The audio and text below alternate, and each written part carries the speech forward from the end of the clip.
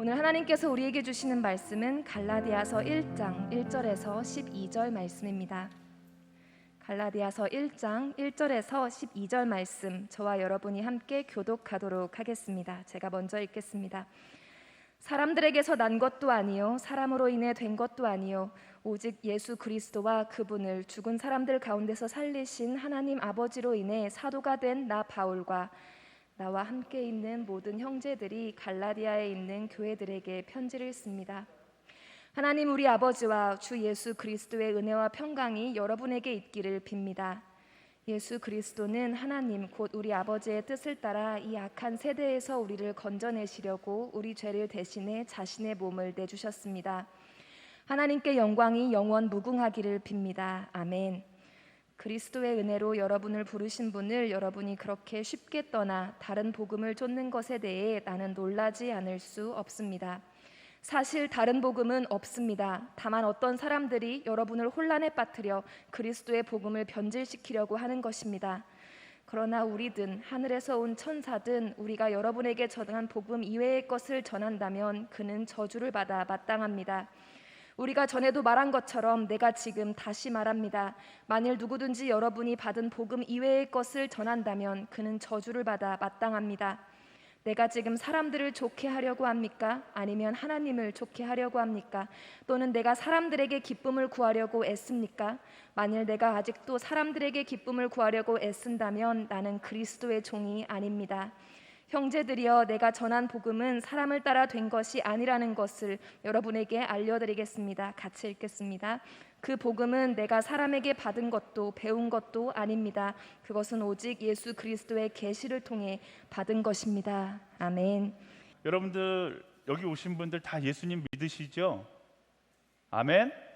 네, 다 예수님 믿으실 거라고 생각합니다. 그럼 이렇게 한번 물어볼게요.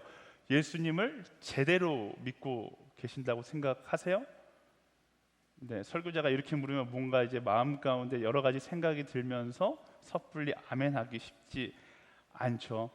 한 가지는 확실합니다. 여기 오신 분들 또 영상으로 예배하시는 모든 분들은 예수님을 믿기로 결심한 사람들이다라는 거죠.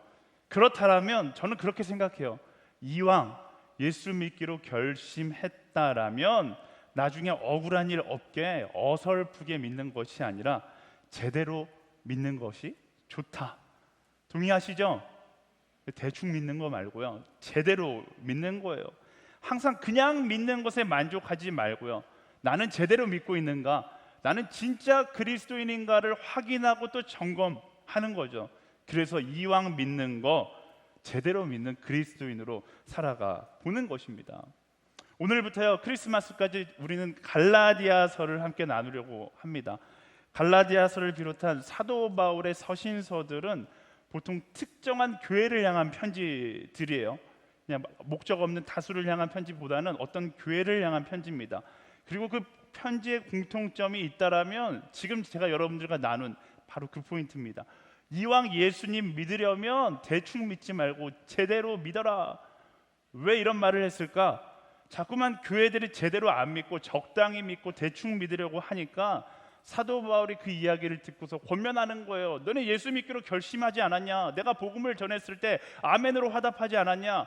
그렇게 믿겠다라고 결단했으면 이제 대충 믿으면 안 돼. 그러면 억울하잖아. 이왕 믿을 거면 정신 차리고 제대로 믿어라. 이렇게 편지를 쓰는 거죠. 그래서 그 편지를 받고 그 교회들이 정신 차리고 제대로 예수 그리스도를 믿게 되었다. 이게 기독교 역사 가운데 나타나는 스토리입니다. 이제 갈라디아서도 마찬가지예요. 그래서 갈라디아서를 우리가 함께 나눌 때 우리의 신앙을 함께 점검해보고 이제까지 어설프게 믿는 신앙을 가지고 있었다라면 그 권면을 받아들이고서 제대로 믿는, 제대로 예수 그리스도를 믿는 그런 놀라운 역사가 우리 SNS 공동체 가운데도 나타나게 되기를 예수님의 이름으로 축원합니다. 아멘. 네, 자기 스스로에게 선포하겠습니다. 제대로 믿을지어다. 이렇게 선포할까요? 제대로 믿을지어다. 아멘. 자, 그럼 갈라디아서를 우리가 함께 보기 전에 갈라디아 교회에 대해서 오늘 첫 시간이니까 조금 알고 들어가 봐야 될 것 같습니다. 갈라디아 교회는 어떤 곳이었는가? 지난주 담임 목사님이 그 설교하실 때 설교에 등장했던 선교의 열심을 품었던 교회 기억하시나요? 킹덤 파이오니아, 이 제목은 기억하시죠? 다른 건 기억 못해도 킹덤 파이오니아 초대 선교 역사 가운데 심장과 같은 교회가 있었어요. SNS 공동체가 롤모델로 기억해야 될 교회, 그 교회 이름이 바로 안디옥 교회입니다. 우상이 가득했던 안디옥 지역에 예루살렘에서 핍박을 피해서 흩어진 디아스포라들이 와서 복음을 전하게 되고 사람들이 예수 그리스도를 영접하게 돼요. 그리고 많은 사람들이 예수 그리스도를 믿자 안디옥을 향해서 예루살렘 교회에서 초대 담임 목사를 파견하게 됩니다. 그 담임 목사가 누구냐면 바로 바나바입니다. 바나바가 안디옥 교회에 가면서 와, 이 교회에는 이 사람이 나와 함께 사역했으면 좋겠다. 그래서 한 사람을 협동 목사로 데려가는데 그 사람이 바로 사도 바울이에요. 한번 생각해 보세요. 담임 목사가 바나바고 부목사가 사도 바울이에요. 성경에서 사람 중심적인 목회자 하면 바나바를 떠올리고 사역 중심적인 목회자 하면 사도 바울을 떠올리거든요. 관계 중심적인 사람의 대표주자와 사역 중심적인 대표주자가 함께 목회를 하고 있어요. 사도 바울이 일부 예배 때 우리는 선교의 목숨을 걸고 죽어야 됩니다 이렇게 선포를 하면 2부 예배 때 바나바가 나와서 하나님은 당신을 사랑하십니다 이렇게 포근하게 안아주는 꿍짝이 굉장히 잘 맞는 교회가 바로 안디옥 교회였다라는 것이죠. 그러다 보니까 안디옥 교회가 엄청나게 부흥하기 시작하는 거예요. 복음의 황무지와 같았던 우상들이 가득했던 그 도시에서 엄청난 부흥을 경험하게 됩니다. 그런데 놀라운 사실은 안디옥 교회가 가지고 있었던 한 가지 비전이 있었는데 그게 바로 선교였어요. 그 비전을 얼마나 확실하게 갖고 얼마나 선교적인 교회였는지 성령께서 말씀하시면 앞뒤 가리지 않고 그냥 파송해버리는 그런 교회였어요. 기도하다가 성령께서 저 사람 파송해라 그러면 그냥 파송해버리는 거예요. 사도행전 13장 2절에서 3절 말씀에 보면 충격적인 파송 사건이 나타납니다. 함께 읽어볼까요? 그들이 주께 예배드리며 금식하고 있을 때 성령께서 그들에게 너희는 바나바와 사울을 따로 세워 내가 그들에게 맡긴 일을 하게 하라 라고 말씀하셨습니다. 그래서 그들은 금식하며 기도한 후 바나바와 사울에게 손을 얹고 그들을 보냈습니다. 아멘. 성령께서 말씀하시는 거예요. 너네 담임 목사와 부목사를 선교사로 파송해라. 이 마음을 주니까 교회는 내일을 고려하지 않고 저 사람이 없으면 우리 교회가 운영이 될까 이런 거 고려하지 않고 바나바와 사울, 바울에게 손을 얹고 선교사로 파송해 버립니다. 굉장히 충격적인 사건이죠. 어쨌든 이 사건을 통해서 이들이 1차 전도 여행, 여러분들 바울의 1차, 2차, 3차 이런 이야기 들어보셨을 텐데 1차 전도 여행을 떠나게 되는 거예요. 바나바, 바울이 1차 전도 여행을 떠난 지역이 바로 갈라디아 지역입니다. 오늘로 치면 터키 지역인데요. 근데 1차 전도 여행은 그 어떤 전도 여행보다 힘들었어요. 왜? 해본 적이 없었기 때문에. 성경에 나타나는 첫 번째 아울리치가 바로 이 1차 전도 여행이거든요. 아무도 한 적이 없는 곳을 바나바와 바울이 뚫기 위해서 나아가는 겁니다. 가는 곳마다 고난과 어려움이 있었습니다. 풍랑을 만나 죽을 뻔한 적도 있었고, 특별히 갈라디아 지방에 위치한 비시디아 안디옥이라는 지역은 이제 보통 이스라엘과 다르게 눈이 내리는 지역이에요. 태어나서 처음으로 눈이라는 것을 보게 되었다. 눈 보면 로맨틱함을 생각할 수 있는데 이 사람들에게 눈은 뭐예요? 곧 죽음을 의미할 정도로 처음 느껴보는 추위를 경험해야 했습니다. 또 사람들은 친절했는가? 그렇지 않았죠. 그들이 가는 곳에 복음을 전할 때마다 수많은 핍박과 돌들이 날아와서 실제로 사도행전 14장 말씀에 보면 사도 바울이 돌에 맞아 죽은 것처럼 보였다라는 말씀이 기록될 정도로 굉장히 힘든 전도 여행을 했습니다. 그렇게 고생 끝에 사도 바울의 우리 용어로 인생을 갈아 넣어서 세웠던 교회가 바로 갈라디아의 교회들이었어요. 사도 바울과 바나바가 이 갈라디아 교회를 얼마나 사랑했을지 상상이 되지 않습니까? 처음 자신의 생명을 바쳐서 건축한 교회가 갈라디아 교회였어요. 사도 바울에게는 가장 소중하고 그 어떤 교회보다 애착이 가는 교회였을 겁니다. 그런데 사도 바울이 갈라디아 교회를 떠나서 안디옥으로 돌아오자 갈라디아 교회에서 문제가 생기기 시작해요. 갈라디아 교회에 예루살렘에서 온 거짓 선생들이 찾아왔는데 이상한 이야기를 하고 다니기 시작하는 거예요. 첫 번째, 사도 바울은 거짓 사도이다. 그리고 사도 바울이 전한 복음은 다 거짓 복음이다. 사람들이 그 거짓 선생이 이야기하는 말들의 마음을 빼앗기고 사도 바울을 오해하기 시작합니다. 그리고 순식간에 일파만파 소문이 퍼져가고 갈라디아 교회에서 어제까지만 해도 사도 바울을 내 가족처럼 여겼던 수많은 성도들이 사도 바울을 거짓 사도로 낙인 찍고 예루살렘에서 온 거짓 선생들이 이야기하는 변질된 복음을 팩트로 받아들이기 시작하는 그런 일들이 일어나기 시작하는 거예요. 사도 바울이 이 이야기를 들었을 때 어떤 감정을 느꼈을까요? 자신의 생명을 갈아 넣었던 교회, 그토록 사랑했던 성도들이 한순간에 자신을 향해 거짓말쟁이라고 우리를 속였다라고 이야기했을 때 사도 바울이 느끼는 배신감은 엄청 컸을 겁니다. 갈라디아 교회를 향한 분노도 참을 수 없을 만큼 치밀어 올랐을 거예요. 그래서 그 분노 가운데 편지를 쓰기 시작하는데 그게 바로 갈라디아서입니다. 여기까지가 지금 배경을 설명한 거예요. 여러분들 이해가 쉽게 되시죠?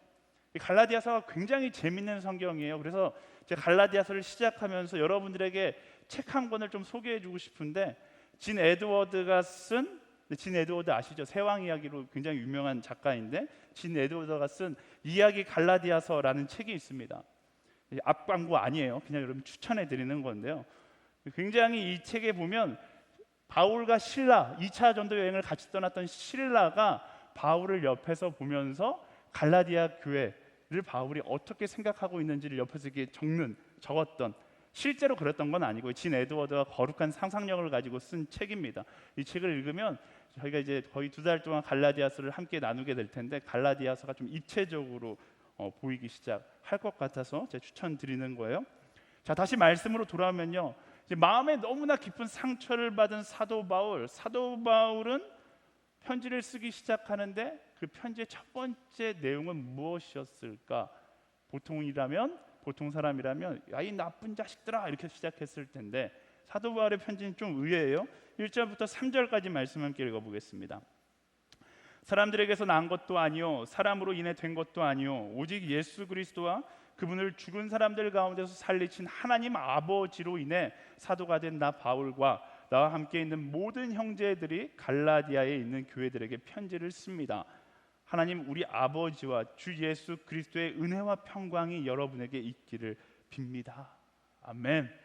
분명히 분노가 가득 찬, 배신감으로 쓰라린 상처가 가득한 사도 바울인데 놀랍게도 갈라디아서의 시작은 축복과 격려로 시작된다라는 것입니다. 갈라디아 교회를 향한 은혜와 평강으로 시작된다라는 거예요. 이게 무엇을 의미하는가? 감당하기 힘들었던 배신의 상처 속에서 사도 바울은 그 감정의 노예가 되는 것이 아니라 여전히 사랑을 선택했다라는 거예요. 그들을 향한 분노를 선택했던 것이 아니라 나를 오해하고 있는 그들을 향한 증오를 선택했던 것이 아니라 여전히 사랑을 선택했다. 그것이 어떻게 가능했는가? 그 다음에 이어지는 말씀에 보면 나와 있어요. 4절과 5절 말씀. 예수 그리스도는 하나님 곧 우리 아버지의 뜻을 따라 이 악한 세대에서 우리를 건져내시려고 우리 죄를 대신해 자신의 몸을 내주셨습니다. 하나님께 영광이 영원 무궁하기를 빕니다. 아멘. 사도 바울의 인생 슬로건이 뭐였을까요? 근데 저의 인생 슬로건이랑 똑같죠. Like Jesus. 나는 죽고 예수로 산다 였잖아요. 모든 인류에게 가장 큰 상처를 받은 그분 예수님은 어떻게 하셨어요? 가장 큰 상처를 받았고 가장 큰 배신을 받았지만 그럼에도 불구하고 사랑을 선택해서 그들을 위해 자기 몸을 내어주셨어요. 사도 바울이 그거를 고백하고 있는 거예요. 내가 믿고 따르는 예수님이 사랑을 선택했기 때문에 나 역시 배신을 향한 분노가 아니라 사랑을 선택하겠다라고 이야기하는 것입니다.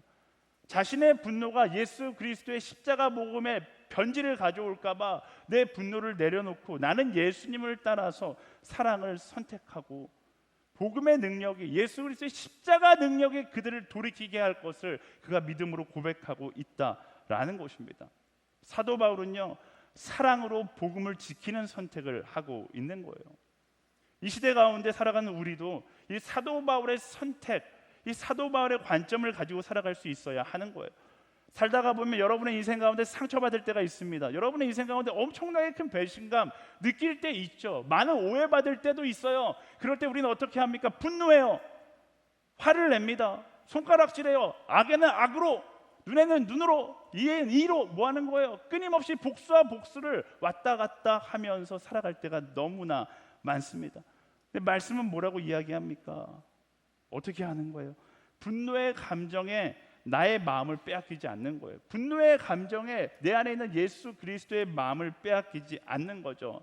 그럴 때 어떻게 해야 되는 거예요? 오히려 사도 바울과 같이 어금니 꽉 깨물고 축복과 사랑의 말들을 하기 시작하는 거예요. 오히려 그를 위하여 기도할 수 있어야 하는 것입니다. 나를 배신한 그 사람, 나를 오해하고 있는 그 한 사람, 그 한 사람에게 진짜 필요한 건 뭘까요? 나의 복수가 필요할까요? 그렇지 않아요. 예수 그리스도의 사랑이 필요한 것입니다. 나의 인간적인 선택을 한다면 예수 그리스도의 복음을 의미 없게 만들어 버리는 것이고요. 나의 인간적인 선택을 내려놓고 예수 그리스도의 그 사랑을 선택한다면 그 사랑의 선택을 통해서 복음의 능력이 그 사람을 변화시켜 나아갈 것이다 라는 거예요. 그게 예수 바보들이 하는 선택인 것입니다. 여러분의 일주일의 삶 가운데 짜증나는 순간들이 있을 거예요. 나를 힘들게 만드는 사람이 있을 거예요. 나를 오해하는 사람이 있을 거예요. 그런데 어떻게 해야 돼요? 그 사람을 사랑하고 그를 위하여 기도하고 축복할 수 있는 그런 우리 모두가 되기를 예수님의 이름으로 축원합니다. 아멘. 네. 그렇다고 사도 바울이 갈라디아 교회의 문제에 침묵하는가? 그렇지 않아요. 사도 바울은 갈라디아 교회를 향해서 분노에 가득 찬 말들을 하기는 합니다. 이후에 보면 사도 바울이 흥분해서 말하기는 해요. 하지만 그가 품는 분노는 이전과 다른 거죠. 왜? 그의 인간적인 분노는 십자가 앞에 묻어놓고 이제 예수 그리스도의 사랑에 기초한 분노로 이야기하고 있기 때문에 그렇습니다. 우리는 이것을 분노라고 이야기하지 않고 사랑의 권면이라고 이야기하는 것이죠. 굉장히 중요한 포인트예요. 이 시대의 정의를 이야기하는 사람들이 정말로 많거든요. 근데 세상이 변하지 않아요. 여러분 인터넷 보세요. 인터넷 댓글에 이 시대의 정의로운 모든 사람들은 다 모여 있어요. 기사 하나가 뜨면 정말 10분이 지나지 않아서 이 시대 정의로워 보이는 모든 사람들이 막 글을 올립니다. 그렇게 정의로운 사람들이 많은데 이 시대가 변하지 않는 이유는 뭘까요? 그 모든 정의가 분노에 찬 정의이기 때문에 그래요. 이 시대에게 필요한 건 뭐예요? 예수 그리스도의 사랑에 기초한 정의인 거예요. 만약에 그 댓글 올리는 사람들이 정말로 그것을 사랑의 관점으로 바라보고 기도하고 그 댓글을 올린다라면 세상은 변하겠죠. 그런 그리스도인들이 필요한 것입니다. 세상에 분노의 정의가 아니라 사랑의 정의를 이야기할 수 있는 그런 우리 그리스도인들이 되어야 한다라는 것이죠. 자꾸만 곁길로 가는데 다시 말씀으로 돌아오면 사도 바울의 갈라디아 교회를 향한 사랑의 권면이 시작되는 겁니다. 6절에서 8절까지 말씀 함께 읽어볼까요? 그리스도의 은혜로 여러분을 부르신 분을 여러분이 그렇게 쉽게 떠나 다른 복음을 쫓는 것에 대해 나는 놀라지 않을 수 없습니다. 사실 다른 복음은 없습니다. 다만 어떤 사람들이 여러분을 혼란에 빠뜨려 그리스도의 복음을 변질시키려고 하는 것입니다. 그러나 우리든 하늘에서 온 천사든 우리가 여러분에게 전한 복음 이외의 것을 전한다면 그는 저주를 받아 마땅합니다. 아멘. 사도 바울이 갈라디아 교회를 향해 이야기합니다. 너네가 너무 쉽게 다른 복음을 쫓는다. 사도 바울이 갈라디아 교회에 전한 복음은 굉장히 순수하고 심플했어요. 예수 그리스도의 십자가가 곧 복음이다라는 거예요. 요한복음 3장 16절 오직 예수 그리스도를 믿는 믿음으로 우리는 구원에 이르게 된다. 오직 예수. 이게 사도 바울이 갈라디아 교회뿐만 아니라 모든 교회 가운데 전했던 복음의 정의였거든요. 더도 덜도 필요 없어요. 그런데 예루살렘에서 왔던 거짓 교사들은 사도 바울이 전했던 그 순수한 복음을 변질시켜서 전하고 있다라고 사도 바울이 지금 이야기하는 거예요. 어떻게 변질시켰는가? 사도 바울이 활동하던 때부터 지금까지 복음을 변질시키는 방법은 항상 동일합니다. 세 가지로 나눌 수 있는데 첫 번째가 율법주의예요. 여러분들이 잘 알고 있는 율법을 지켜야만 구원에 이른다라고 이야기하면서 예수 그리스도의 십자가 복음을 변질시키는 것이죠. 오늘날 종교로 치자면 유대교나 불교가 이런 이제 율법주의에 빠져 있는 거예요. 선을 행해야지만 착하게 살아야지만 구원에 이른다라고 이야기하는 거죠. 두 번째는 반율법주의예요. 모든 것이 은혜이기에 구원받았으니 이제 삶은 어떻게 대충 살아도 괜찮다. 어차피 너는 구원받았다라고 이야기하는 것입니다. 그냥 원하는 대로 살면 돼. 오늘날 치면 이제 구원파와 같은 교리겠죠. 세 번째가 이제 갈라디안주의. 담임 목사님은 신율법주의라고 표현하셨는데 예수를 믿는 믿음이 있어야 하지만 그것만으로는 부족하고 무언가 당연히 하나가 더 있어야 된다라고 이야기하는 거예요. 그게 바로 갈라디아서에서는 율법을 지켜야 되고 할례를 받아야 된다. 오늘날 우리가 보고 있는 수많은 이단들이 바로 이 신율법주의의 아류작들이에요. 예수 그리스도를 믿어요. 여러분 알고 있는 그 이단들은 다 예수님을 믿어요. 근데 뭐예요? 플러스 알파가 있어야 하는 거잖아요. 예수님만 믿는 것으로는 구원에 이를 수 없다. 플러스 알파. 이 사람도 믿어야 된다. 예수님도 믿고 플러스 알파 14만 4천 명도 믿어야 된다. 이렇게 이야기하는 것이죠. 말씀의 갈라디아 교회가 지금 이 신율법주의에 빠져 있는 겁니다. 오직 예수로 구원을 받는다는 사도 바울이 전해준 복음을 잊어버리고 예루살렘에서 온 거짓 교사들이 전하는 예수 플러스 율법, 예수 플러스 할례를 받아야 되지만 구원에 이른다라는 변질된 복음을 믿고 있는 것입니다. 이 말도 안 되는 변질된 복음을 갈라디아 교회 성도들이 쫓았던 이유가 무엇인가? 성경학자들은 크게 두 가지 이유를 이야기하는데요. 첫 번째는요, 거짓 교사들이 너무나 탁월하게 강연을 했다라는 겁니다. 다시 이렇게 도시를 돌아다니면서 강연을 통해 자신의 신학이나 철학을 가리키는 사람을 순회 교사라고 이야기했었거든요. 이들에게 중요한 것은 무엇이었는가? 순회 교사들에게 중요한 것은 얼마나 많은 사람들이 내가 강의를 할 때 모이는가가 중요했던 거예요. 그러니까 내가 무엇을 이야기하는가가 중요한 게 아니라 얼마나 많은 사람들이 모이는가가 중요한 거죠. 왜? 그 숫자가 곧 그들의 능력을 이야기하는 거고 그 숫자가 곧 그들의 재정을 결정하기 때문에 그랬어요. 그래서 이런 순회 교사들을 통해 당대에 엄청 발전한 기법이 있는데 그게 수사학과 논리학이에요. 어떻게 하면 말을 잘할까? 어떻게 하면 말을 논리적으로 할 수 있을까? 화려한 말솜씨와 논리들도 사람들을 현혹했던 거예요. 더 많은 사람들을 모으기 위해서 더 그 화려한 말들을 하기 시작했고 그 화려한 말들로 신학을 포장하기 시작했고 더 많은 사람들을 하기 위해서 신학에 순수한 복음에 무언가를 갖다 붙이기 시작했다라는 것입니다. 게다가 이들은 예루살렘 출신이었고 강연을 목적으로 하는 사람들이었기 때문에 일단 겉보기에도 굉장히 준수한 이른바 귀티나게 생긴 사람들이었을 것이다 라고 추측합니다. 그런데 이들에 비해서 사도 바울은 어떤 사람이었는가? 사도 바울 역시 그의 편지 글로 볼 때는 수사학의 대가라고 이야기할 수 있어요. 굉장히 말을 논리적으로 잘하는 사람이죠. 그런데 고린도후서 11장 말씀에 보면 그가 자기에 대해서 이야기하는데 나는 말에 어눌한 사람이다 라고 이야기합니다. 그러니까 사도 바울은 글은 굉장히 강한 사람이었지만 어떻게 프리칭, 설교에는 굉장히 취약했던 사람이었던 것으로 판단됩니다. 또 전승에 의하면 사도 바울의 외모 역시 신뢰를 주는 외모는 아니었다라고 전해지고요. 또 사도 바울은 예루살렘 교회 파송이 아니라 안디옥 파송 선교사다 보니까 출신도 예루살렘 파송에 비해서 조금 떨어졌던 거예요. 거짓 교사들과 비교해 봤을 때 조금 초라해 보였기 때문에 갈라디아 교회 사람들이 거짓 교사들의 말을 더 믿기 시작한 거죠. 사도 바울이 이야기하는 복음보다 거짓 교사들이 이야기하는 복음이 훨씬 더 멋져 보였고 그럴싸해 보였던 거예요. 두 번째는 무엇이냐면 보다 쉽게 신앙생활을 하고 싶어 했던 갈라디아 교회의 나태함 때문이었습니다. 여기선 질문이 좀 있을 수 있을 것 같아요. 거짓 교사들이 이야기하는 건 예수 플러스 알파잖아요. 할례 633가지의 율법을 지켜야지 구원에 이른다. 이게 어떻게 나태함과 연결될 수 있는가? 그냥 상황만 딱 봤을 때 표면적으로는 이해하지 못하지만 당대의 문화를 좀 들여다보면 이해할 수 있어요. 당대 이스라엘 그리스도인들을 가장 많이 핍박했던 사람이 누구였을까요? 유대교 사람들이었어요. 예수 믿는다고 유대교에서 그리스도인들이 빠져나와서 기독교를 만든 거잖아요. 그러다 보니까 유대교가 항상 기독교를 공격하는 거예요.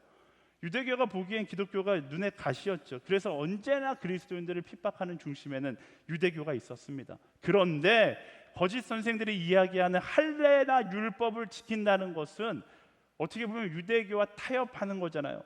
그 핍박을 피할 수 있는 방법이 할례와 율법을 지키는 거예요. 이전에 예수 그리스도만으로 복음을 얻는다라고 주장할 때는 유대교가 우리를 막 핍박했는데, 할례 받을게, 율법 따를게, 그래 그게 구원에 이르는 길이야 인정하고 나니까 유대교가 그래 우리도 너희를 인정할게, 이렇게 합의가 이루어지기 시작하는 거예요.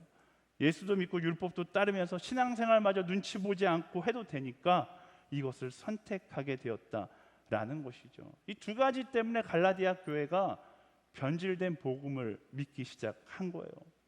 이 장면에서 우리가 알 수 있는 신앙의 중요한 두 가지 원칙이 있습니다.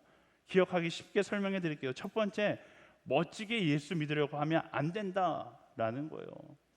갈라디아 교회 성도들이 멋지게 예수 믿으려고 하니까 본질은 잊어버리고 비본질에 집중하게 되는 거예요.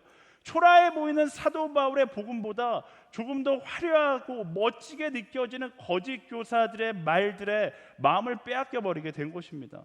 사랑하는 여러분, 예수님은 멋지게 믿는 것이 아니라 우리가 처음에 이야기했듯이 제대로 믿어야 하는 거예요. 우리가 제대로 믿는 것을 고민하지 않고 어떻게 하면 멋지게 믿을 수 있을까를 고민하는 순간 우리의 신앙은 변질될 수밖에 없는 것입니다. 눈에 보이는 화려함에 취해서 본질 대신 예수님을 놓쳐버리면 아무리 화려한 복음이라 할지라도 결국 변질된 복음, 아무런 의미 없는 복음이 될 뿐이다 라는 것이죠. 제가 다시 물을게요. 여러분들 예수님 믿으십니까? 아멘? 그렇다면 이렇게 물어볼게요. 여러분 예수님만 믿으십니까? 여러분 예수님만 있으면 돼요? 예수님 한 분으로 만족할 수 있어요? 우리 찬양할 주님 한 분만으로 나는 만족해. 이게 진짜 여러분들의 고백이에요? 우리는 우리를 둘러싼 모든 비본질을 다 내려놓고도 예수님 한 분만 있으면 된다라는 그 제대로 된 신앙을 가지고 나아갈 수 있어야 하는 거예요. 그렇지 않다라면 어쩌면 우리는 갈라디아 교회와 마찬가지로 나도 모르게 멋지게 예수 믿으려는 변질된 복음을 쫓는 자가 될 수 있다라는 것입니다. 끊임없이 스스로에게 물어봐야죠. 나는 예수님 한 분만이면 되는가? 많은 사람들이 이런 생각을 하면서 신앙생활을 해요. 예수도 믿고 돈도 많고 예수도 믿고 성공도 하고 예수도 믿고 인정도 받고 기복신앙이잖아요. 근데 세상적으로 보면 얼마나 멋진 신앙생활입니까? 멋있어 보여요. 하지만 어느 순간 이런 기복신앙은 돈 없으면 예수도 안 믿고 성공 못하면 예수도 안 믿고 인정받지 못하면 예수도 안 믿게 되는 겁니다. 그게 있어 보이는 멋있어 보이는 신앙의 결과인 거예요. 여러분 제대로 믿는다라는 건 뭡니까? 이렇게 고백할 수 있어야 되는 거예요. 돈이 없어도 돼. 예수만 있다면. 성공 안 해도 돼. 예수만 있다면. 세상 가운데 인정받지 않아도 돼. 예수만 있다면. 여러분 오늘 그렇게 고백하실 수 있어요. 여러분의 삶의 자리에서 모든 비본질적인 걸 다 내려놔도 내 안에 예수 그리스도가 살아계시다라면 나는 괜찮아 라고 이야기할 수 있습니까? 그게 제대로 예수 믿는 자들의 고백인 거예요. 예수 그리스도 한 분만으로 나는 충분합니다. 이 고백이 날마다 우리 SNS 공동체 가운데 터져 나올 수 있어야지 우리가 제대로 예수 믿는 사람이라고 이야기할 수 있는 거예요. 여러분 가슴에 손을 얹고 저를 따라해 보시겠어요? 예수 그리스도 한 분만으로 나는 충분합니다. 지금은 따라하지만 이 고백이 여러분들의 진실된 고백이 될 때 내가 진짜로 예수를 제대로 믿는 한 사람이 될 수 있는 것입니다. 제 경험을 토대로 교회에서 좋은 사람 만나는 법 제가 알려드릴게요. 많은 사람들이 교회에서 좋은 사람 만나기 위해서 교회의 멋진 모습으로 나오곤 하거든요. 교회에 여러분들 뭐 풀 메이크업, 남자도 막 엄청 옷 잘 입고 막 나오잖아요. 그렇게 예배 드리는데도 약간 멋있어 보이게끔 예배 드리고, 그런데 그런 사람 치고 제가 대청 와서 10년 동안 목회하면서 좋은 사람 만나는 걸 거의 못 봤어요. 만나면 어디서 일어나는가 정반대예요. 멋지게 예수 믿는 자리에서 만남이 일어나지 않고요, 제대로 예수 믿는 자리에서 만남이 일어나요. 제가 만나봤던 커플들의 거의 대부분 90% 이상은 다 제대로 예수 믿는 자리, 아울리치, 수련회 다 이런 곳들에서 나타났어요. 멋짐을 내려놓고 나의 모든 풀 세팅을 다 내려놓고 포기하고 뭐 하는 거예요? 예수 그리스도만 바라보는 그 자리에서 만남의 역사가 일어나는 거예요. SNS에 수많은 사람들이 결혼을 소망하며 결혼을 위해서 기도하고 있잖아요. 결혼하기 위해서 뭐 해야 된다고요? 제대로 예수를 믿어야 하는 거예요. 우리 옆 사람에게 선포하겠습니다. 제대로 예수 믿을지어다. 아멘. 자, 갈라디아 교회의 복음의 변질 사건을 통해서 깨달을 수 있는 두 번째 신앙의 원칙은 편하게 예수 믿으려고 하면 안 된다라는 것입니다. 갈라디아 교회 성도들이 편하게 예수 믿으려고 하니까 어떻게 된 거예요? 자신도 모르게 타협하는 신앙을 갖게 된 겁니다. 편하게 예수 믿는 사람이 아니에요. 우리는 말씀을 따라 예수 믿는 사람이에요. 진리를 소유하면 핍박받으니까 조금 편해지려고 자꾸만 그 진리의 세상의 이치를 얹으려 들면 안 된다라는 것입니다. 자꾸만 수많은 그리스도인이 편하게 신앙생활을 하려고 복음의 변신을 시도하는데 그건 복음의 변신이 아니라 복음의 변질인 것이죠. 오늘 우리는 그 상황 가운데 있어요. 타협의 기로에 놓여 있습니다. 포스트 모더니즘 시대 가운데, 코로나로 인한 비대면 시대 가운데 우리는 엄청난 신앙의 타협의 공격을 받고 있어요. 이럴 때 우리는 어떻게 해야 하는가? 더욱더 말씀을 붙잡고 편하게 예수 믿으려는 그 게으름을 버리고 말씀 따라 더 온전히 예수 믿기 위해서 노력할 수 있어야 하는 것입니다. 세상의 핍박을 피하기 위해서, 세상에 우리를 향한 따가운 시선을 피하기 위해서 타협하는 신앙은 결국 변질된 복음을 소유한 신앙이 될 것이다 라고 말씀이 이야기하고 있는 것입니다. 사도 바울이요, 오늘 살아가는 그리스도인들에게 권면하는 거예요. 너희들 편하게 예수 믿으려고 하지 마라. 그러면 변질된다. 편하게 예수 믿지 말고 제대로 예수를 믿어라 라고 이야기하는 것입니다. 예수 그리스도 그 복음을 지키기 위해서라면, 내가 희생해야 된다라면, 내가 불편해야 된다라면 기꺼이 기쁨으로 희생하고 기쁨으로 불편할 수 있어야 한다라고 이야기하고 있는 것이죠. 여러분, 신앙생활 중에 가장 어리석은 것 중에 하나가 편하게 예수 믿으려고 하는 거예요.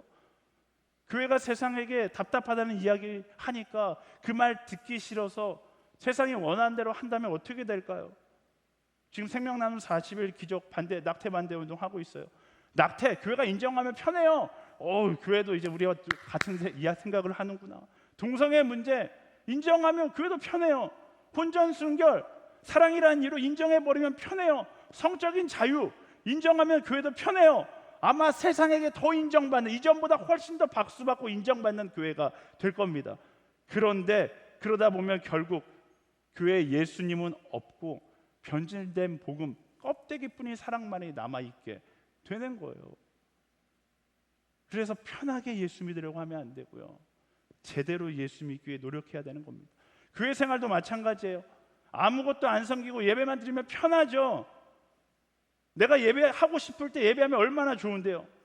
영상으로 예배 드리시는 분들 집에서 누워서 간식 하나 까놓고 편하게 채널 돌려가면서 예배 드리면 얼마나 좋은데요. 컴퓨터로 유튜브 틀어놓고 사이트 웹서핑 하면서 쇼핑하면서 예배 드리면 얼마나 편하고 좋은데요. 주일날 잠깐 예배하고 나머지는 내 마음대로 살면 얼마나 좋은데요. 그런데 그렇게 편하게 예수 믿다 보면 어떻게 될까요? 내 신앙이 막 뜨거워질까요? 편하게 믿으니까, 내가 원하는 대로 믿으니까 내 신앙에 막 놀라운 기적과 같은 일들이 일어날까요? 미안하지만 그렇지 않아요. 편하게 예배하면 예배할수록 예수님과의 거리는 점점 더 멀어지게 되는 거예요. 내 신앙 가운데 예수님의 자리는 사라지고 어느 순간 변질된 복음만 남아있게 되는 것입니다. 사랑하는 여러분, 그것을 경계할 수 있어야 돼요. 이 시대 가운데 좋은 게 좋은 거라고 끌려가다 보면 어느 순간 변질된 복음만 내 삶 가운데 있고 가장 중요한 예수 그리스도는 우리의 삶 가운데 사라져버린 것을 뒤늦게 발견하게 되는 거예요. 그래서 어떻게 해야 합니까? 이왕 믿을 거면요, 처음부터 계속 반복해서 이야기하잖아요. 이왕 믿을 거면 제대로 믿어야 하는 거예요.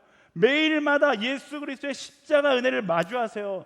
그리고 나에게 묻는 거예요. 나는 지금 십자가 은혜에 합당한 삶을 살고 있는가? 지금 여러분 스스로에게 물어보세요. 여러분 십자가 보고 믿는 사람이잖아요. 예수 그리스도의 십자가 사랑으로 인하여 내가 새 생명 얻는 거 믿는 사람이잖아요. 그러면 그 은혜의 감격에 합당한 삶을 살고 있냐고요. 그거 좋아. 그런데 좀 더 좋은 것도 있었으면 좋겠어. 좀 더 편하게 예수 믿었으면 좋겠는데. 그게 인간의 연약함이고 인간의 어리석음입니다. 내 육신은 편하게 예수 믿자고 이야기하더라도 십자가 은혜 앞에 서서 은혜에 합당한 삶을 살기로 결단할 수 있어야 하는 거예요. 내 욕망이, 내 육신이 이야기하는 말에 귀 닫고 나는 오늘 은혜에 합당한 삶을 살아가고 있는가? 그렇지 않다라면 그 은혜에 합당한 삶을 살기 위하여 결단하고 주를 위해 살아가는 인생으로 새롭게 시작할 수 있어야 하는 것이죠. 사랑하는 여러분, 제발 편하게 예수 믿으려고 하지 마세요. 편하게 신앙생활 하려고 하지 마세요. 은혜 입은 자답게 제대로 예수 믿는 삶을 살아갈 수 있어야 하는 것입니다.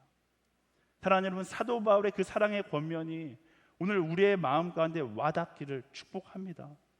멋지게 예수 믿으려고 하지 마시고요, 예수님 한 분이면 충분하다 고백하며 비본질적인 것들이 다 사라져도 나는 예수님만 있으면 됩니다, 그 고백이 날마다 내 입술 가운데 터져 나올 수 있어야 하는 것입니다. 편하게 예수 믿으려고 하지 마세요. 날마다 그 십자가 은혜의 감격을 마주하고 은혜에 합당한 삶으로 반응하며 제대로 예수 믿는 삶을 살아가야 하는 것이죠. 이 시대에 너무나 많은 젊은이들이 그냥 멋지게 예수 믿으려고 하고 편하게 예수 믿으려고 해요. 그게 바로 변질된 복음인 겁니다. 사도 바울이 변질된 복음에 대해서 뭐라고 이야기하는지 보세요. 8절과 9절 말씀. 그러나 우리든 하늘에서 온 천사든 우리가 여러분에게 전한 복음 위의 것을 전한다면 그는 저주를 받아 마땅합니다. 우리가 전에도 말한 것처럼 내가 지금 다시 말합니다. 만일 누구든지 여러분이 받은 복음 위의 것을 전한다면 그는 저주를 받아 마땅합니다. 사도 바울이 아주 강하게 이야기해요. 사랑하는 여러분, 멋있게 예수 믿으려는 선택도, 편하게 예수 믿으려는 선택도 결국 변질된 복음의 최후를 얻게 되는 것입니다.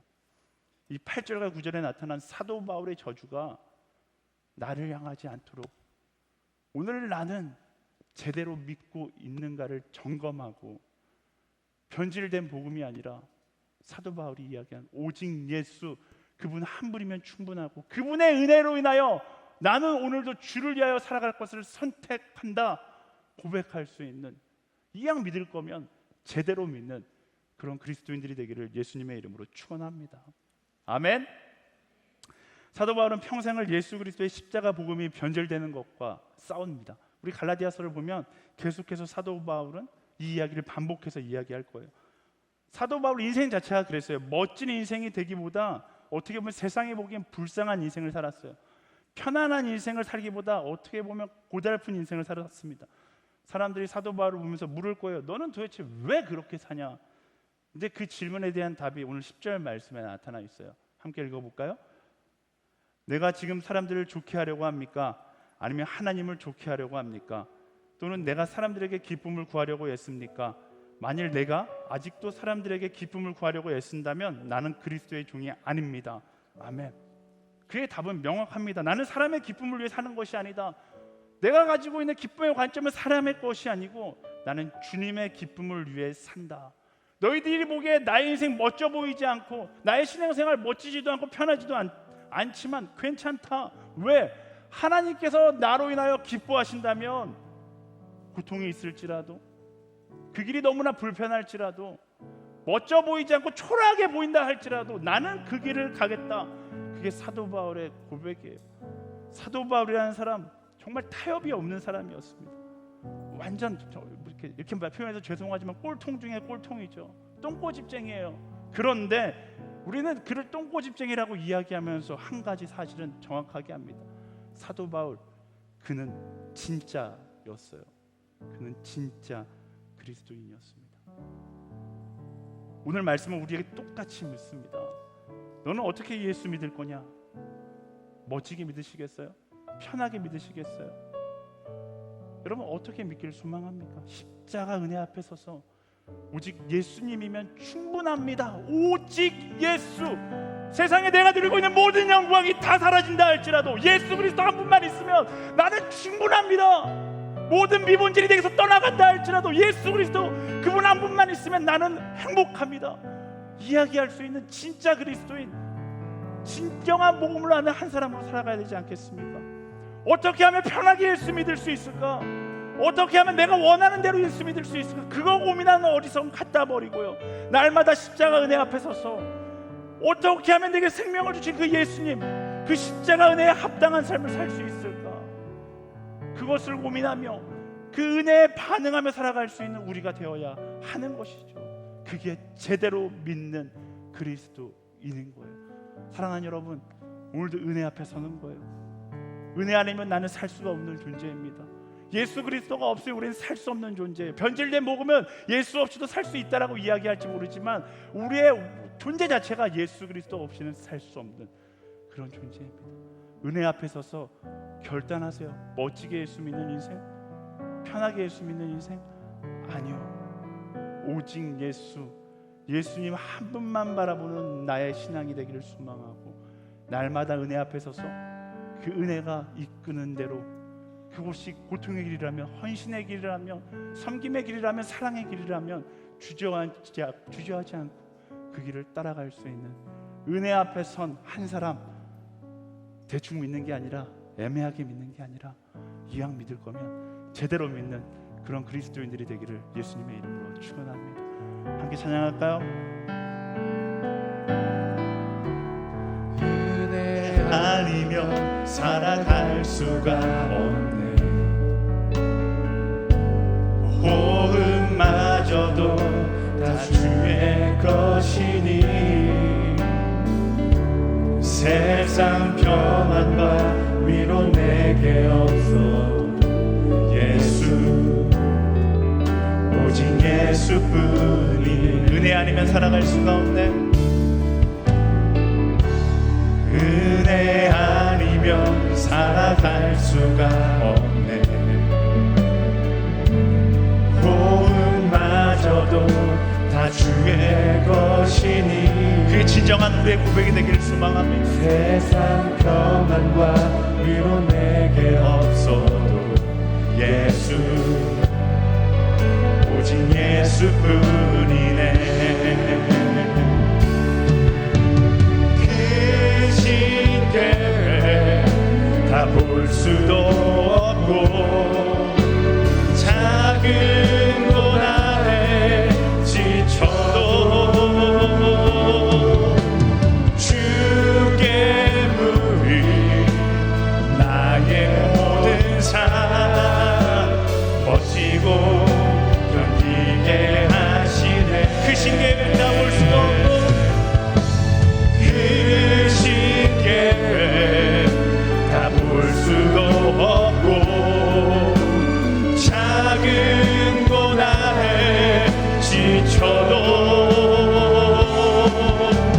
주께 무리 나의 모든 삶 버티고 견디게 하시네. 은혜 아니면 살아갈 수가 없네. 은혜 아니면 살아갈 수가 없네. 나의 모든 것 다 주께 맡기니, 참된 평안과 위로 내게 주신 주 예수, 오직 예수뿐이네. 사랑하는 여러분, 우리 이 시간 함께 기도하며 나아갈 텐데요, 진심으로 전심을 다해 함께 결단하며 기도하기를 원합니다. 하나님, 내가 예수 믿기로 결단했는데요, 어설프게 믿지 않기를 소망합니다. 이왕 믿은 것 말씀하신 대로 제대로 믿는 그리스도인으로 살아가게 하여 주시옵소서.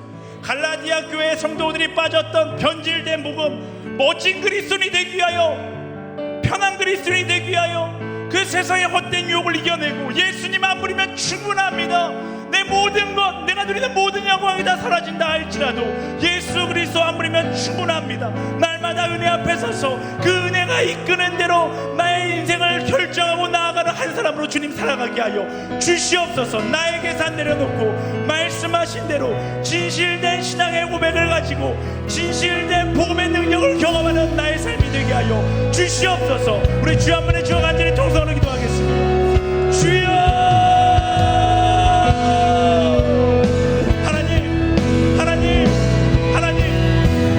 우리가 진짜 그리스도인이 되기를 원합니다. 참된 신앙을 가진 그리스도인이 되기를 원합니다. 껍질뿐인 변질된 모습의 신앙이 아니라 예수 그리스도 그분을 붙고 말씀에 이야기한 오직 예수면 된다, 오직 예수면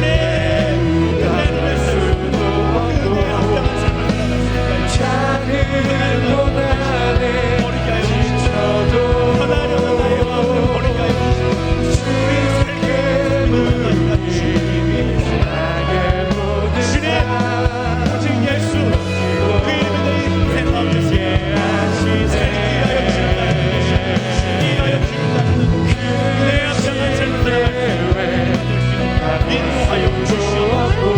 주님 그 결단이 우리 안에 있기를 소망합니다. 그 믿음의 고백이 우리 안에 있기를 소망합니다.